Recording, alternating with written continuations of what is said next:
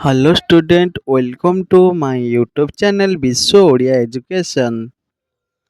ଏହି ଚ୍ୟାନେଲଟି ଆପଣମାନଙ୍କର ପ୍ରତ୍ୟେକ ବିଷୟର ସମସ୍ୟାକୁ ସମାଧାନ କରିବାର ଯୋଗ୍ୟତା ରଖୁଛି, କିନ୍ତୁ ଏହି ଚ୍ୟାନେଲଟି ନୂଆ ହୋଇଥିବାରୁ ଆପଣମାନଙ୍କର ସପୋର୍ଟ ଦରକାର ହେଉଛି। ସେଥିପାଇଁ ଚ୍ୟାନେଲକୁ ଲାଇକ୍, ସେୟାର ଆଉ ସବସ୍କ୍ରାଇବ୍ କରନ୍ତୁ।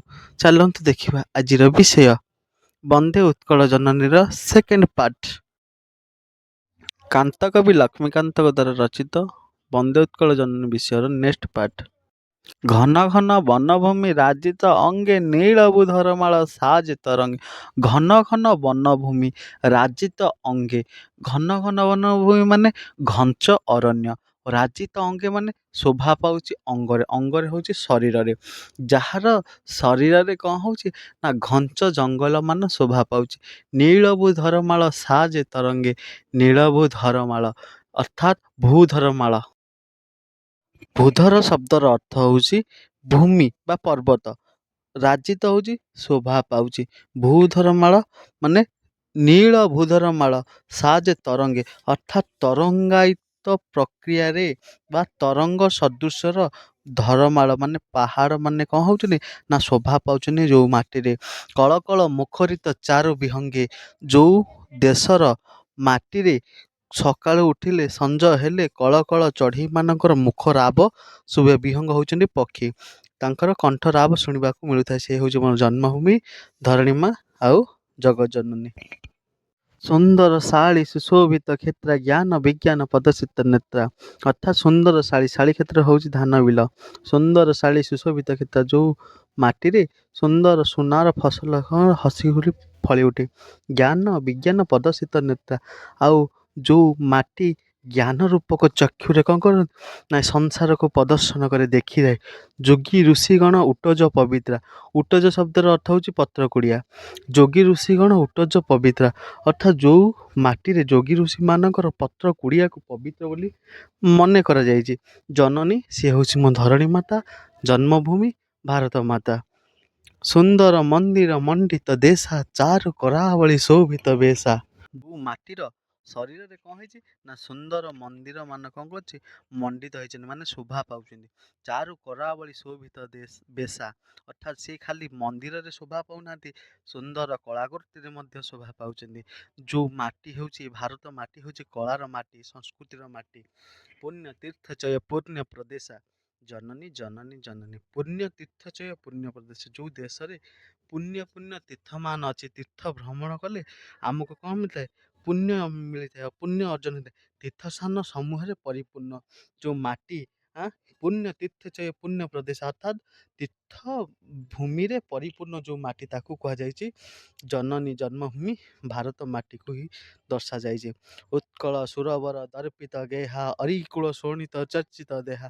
ଉତ୍କଳର ସୁରବୀର ଦର୍ପିତ ଗେହା, ଅରିକୁଳ ଶୋଣିତ ଚର୍ଚ୍ଚିତ ଦେହା। ଉତ୍କଳ ସୁରବର ଦର୍ପିତ ଗେହାର ଅର୍ଥ ହେଉଛି ଉତ୍କଳ, ସୁରବର ଶବ୍ଦର ଅର୍ଥ ହେଉଛି ଶ୍ରେଷ୍ଠ ବୀର, ଦର୍ପିତ ଅର୍ଥାତ୍ ପଦାର୍ପଣ କରିଛନ୍ତି ବା ଯେଉଁଠି ରହିଛନ୍ତି। ଗେହା ଶବ୍ଦର ଅର୍ଥ ହେଉଛି ଗୃହ ବା ଘର, ଯେଉଁଠି ଉତ୍କଳ ମାଟି, ଯେଉଁ ଉତ୍କଳ ମାଟିରେ ବୀରମାନଙ୍କର ଗୃହ, ଯେଉଁଠି ବୀରମାନେ ବାସ କରନ୍ତି। ଅରିକୁଳ ଶୋଣିତ ଚର୍ଚ୍ଚିତ ଦେହା, ଅରିକୁଳ ମାନେ ଶତ୍ରୁ ବଂଶ ବା ଶତ୍ରୁର କୂଳ, ଚର୍ଚ୍ଚିତ ହେବା, ଚର୍ଚ୍ଚିତ ଦେହା ଅର୍ଥାତ୍ ଦେହରେ ବୋଳି ହେଇଥାନ୍ତି। ଶୋଣିତ, ଶୋଣିତ ଅର୍ଥାତ୍ ରକ୍ତ କଣିକା। ଅରିକୁଳ ଶୋଣିତ ଚର୍ଚ୍ଚିତ ଦେହା, ଯେଉଁ ମାଟିର କ'ଣ ନା ବୀରମାନେ ଶତ୍ରୁମାନଙ୍କର ରକ୍ତ ବୋଳି ହେଇଯାଆନ୍ତି।